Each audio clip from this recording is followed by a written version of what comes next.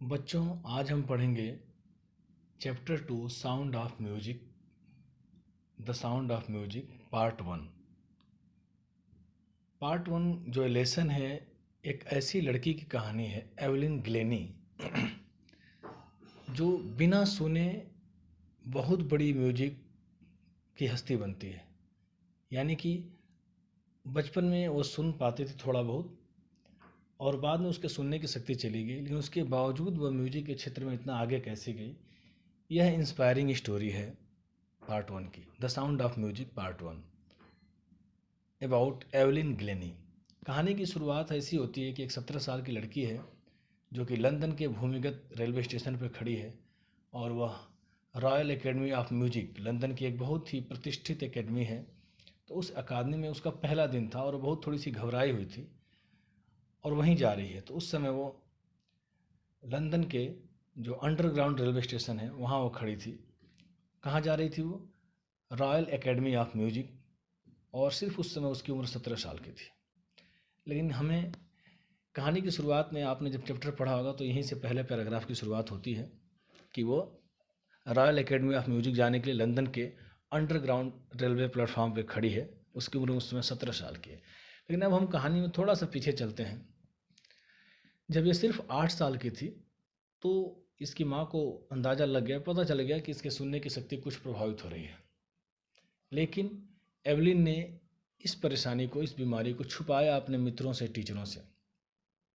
जब यह 11 साल की हुई तो इसकी जो हेड मिस्ट्रेस थी स्कूल की, उन्होंने इसकी माँ को स्कूल बुलाया और कहा कि इसे स्पेशलिस्ट से दिखाएं, क्योंकि इसकी हियरिंग पावर ख़राब हो रही है।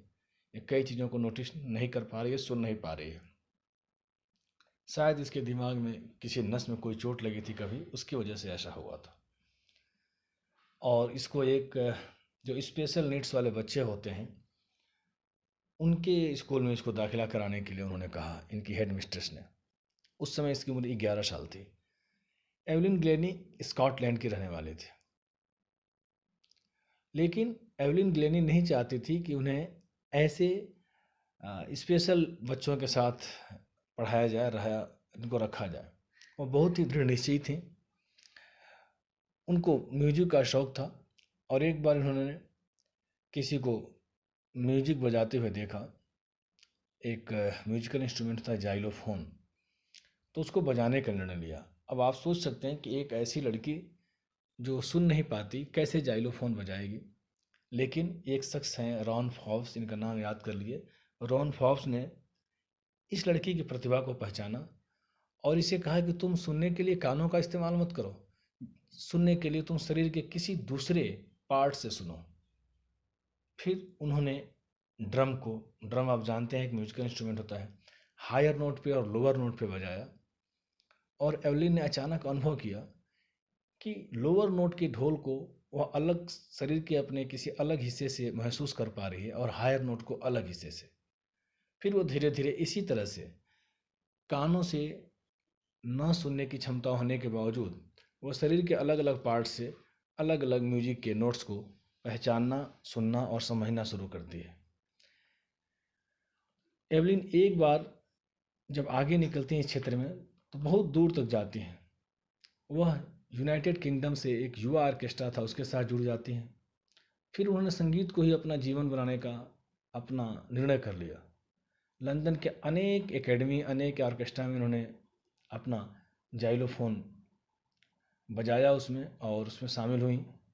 फिर इन्होंने जब एक बार पेपर हुआ तो म्यूजिक का जब कंपटीशन हुआ तो उसमें इन्होंने सबसे उच्चतम अंक हासिल किए, यानी सबसे ज़्यादा अंक हासिल किए उस कंपटीशन में।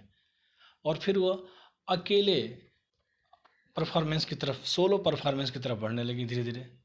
और उसके बाद कई सारे इनाम भी जीते उन्होंने। जब उनसे बातचीत होती है तो उन्होंने कहते हैं कि मुझे अपनी सफलताओं पर गर्व नहीं है। वह कहते हैं कि यदि किसी व्यक्ति को अपना उद्देश्य मालूम है तो वह इसे प्राप्त कर सकता है। आज वह शिखर पे हैं, यानी टॉप पे हैं। और आपको जान के आश्चर्य होगा कि वह 1000 इंस्ट्रूमेंट बजा सकते हैं। एवलिन की और भी कई रुचियां हैं। वह कई सारी भाषाएं सीखना उनको पसंद है और सीखा भी उन्होंने। वह जो है फ्रेंच बोल सकती हैं, जापानी भाषा पे जो बेसिक नॉलेज होती है, जापानी भाषा की भी नॉलेज है उनके पास। उनको संगीत सुनना बहुत पसंद है। अब आप सोच सकते हैं कि कैसे संगीत सुनती हैं, लेकिन वह शरीर के अलग अलग हिस्से से वह म्यूजिक को महसूस करती हैं। जैसे मैंने लेसन की शुरुआत में बताया कि कई हायर नोट को शरीर के अपर पार्ट से और लोअर नोट को शरीर के लोअर पार्ट से वो अनुभव करते हैं। उसी तरह से वो म्यूजिक को शरीर के अलग अलग हिस्से से एक्सपीरियंस करते हैं, अनुभव करते हैं। जब वो लकड़ी के प्लेटफॉर्म पे जाइलोफोन बजाने के लिए जब भी कभी सोलो परफॉर्मेंस के लिए खड़ी होती हैं तो वो अपने जूते उतार लेती हैं। क्यों? क्योंकि ताकि वो जो म्यूजिक है उसको वो अपने पैरों के माध्यम से भी फील कर सकें। कहा जाता है कि ईश्वर जब कोई चीज़ छीनता है आपसे तो कई सारी चीज़ें रिटर्न में देता है। ठीक उसी तरह से एवलिन की जो हियरिंग सुनने की शक्ति छीन ली ईश्वर ने, तो उनको एक विशेष गुण दिया कि वो म्यूजिक को महसूस कर सकें और म्यूजिक में अपना वो एक बढ़िया मुकाम बना सकें। 1991 में उन्हें इस साल का सर्वश्रेष्ठ एकाकी प्रदर्शन का अवार्ड मिला, सोलो परफॉर्मेंस का अवार्ड मिला था 1991 में, जो कि रॉयल फिलहार्मोनिक सोसाइटी का एक बहुत ही प्रतिष्ठित अवार्ड था।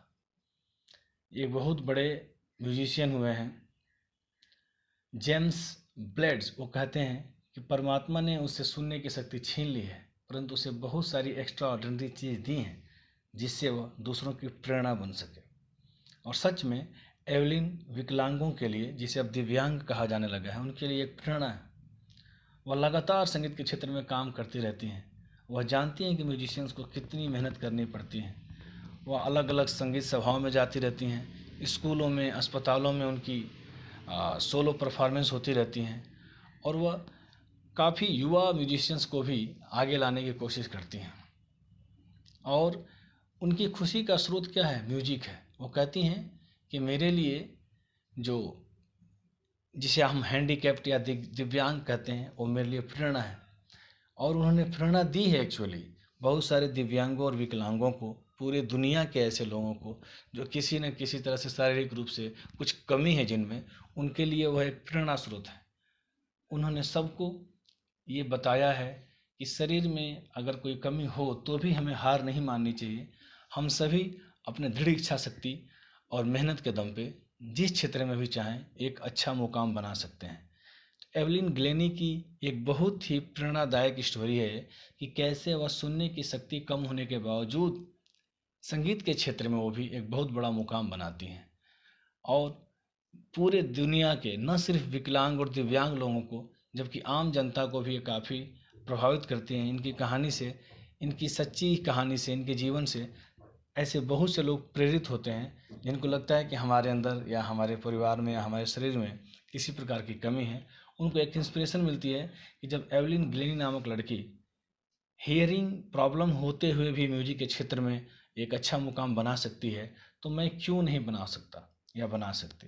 तो yes, Evelyn Glennie is a kind of inspiration to all those who have some problems in their life. She gives us a great inspiration that if a person, if a woman, if a girl who has hearing disability and gets so much in the area of, in the field of music, everyone can get if he or she does very hard work and knows his aim.